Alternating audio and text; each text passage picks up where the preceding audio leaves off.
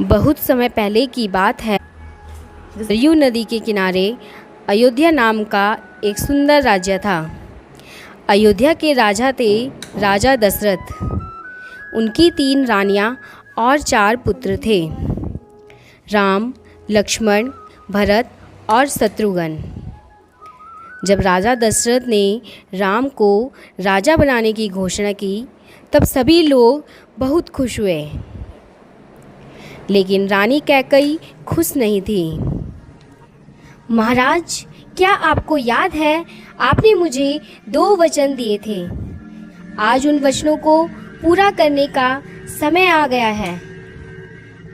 मेरा पुत्र भरत राजा बने और राम 14 वर्ष के लिए वनवास जाए। राजा दशरथ की आज्ञा पाकर राम और लक्ष्मण सीता के साथ 14 वर्ष के लिए वनवास के लिए चले गए। पंचवटी में सीता माता ने एक सुनहरे रंग के मृग को देखा। रंग सुनहरा मृग अति सुंदर, सीता मन पुल, कोई जाए इस मृग को अति शीघ्र ले आए।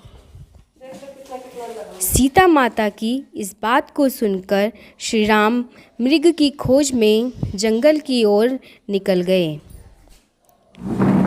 बहुत देर हो गई, प्रभु राम अभी तक लौटे नहीं। लक्ष्मण, लक्ष्मण, ए सीते, ए सीते, लक्ष्मण, लक्ष्मण, देखो प्रभु तुम्हें अपनी सहायता के लिए पुकार रहे हैं।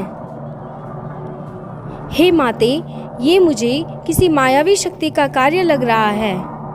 आप चिंतित ना हो, भैया जल्दी घर लौट आएंगे।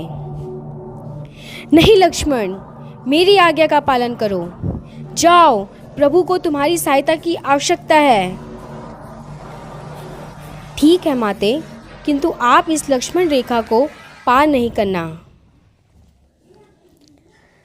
रावण को ज्ञात था कि वो लक्ष्मण रेखा को पार नहीं कर पाएगा, इसीलिए उसने साधु बनने का ढोंग रचा और सीता माता को उठाकर ले गया।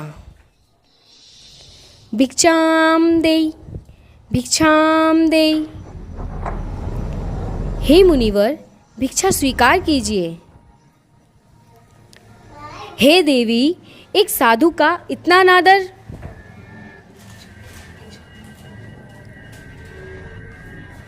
घर के द्वार से ही भिक्षा देकर भेजना चाहती हो? जाओ, नहीं चाहिए तुम्हारी भिक्षा।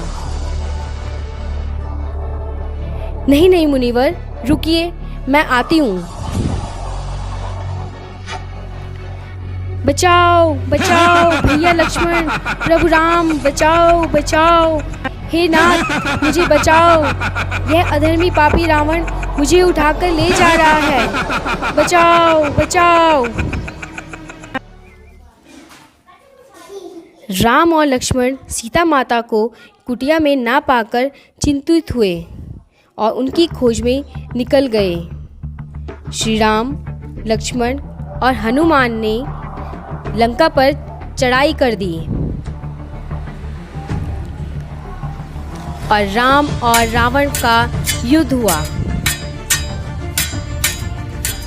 जिसमें मेघनाद और कुंभकर्ण मारे गए। अंत में रावण का भी वध हुआ, जिसमें श्री राम विजयी हुए। इसीलिए इस दिन को विजयदशमी कहा जाता है। यह त्योहार बुराई पर अच्छाई की जीत का प्रतीक माना जाता है। जय श्री राम।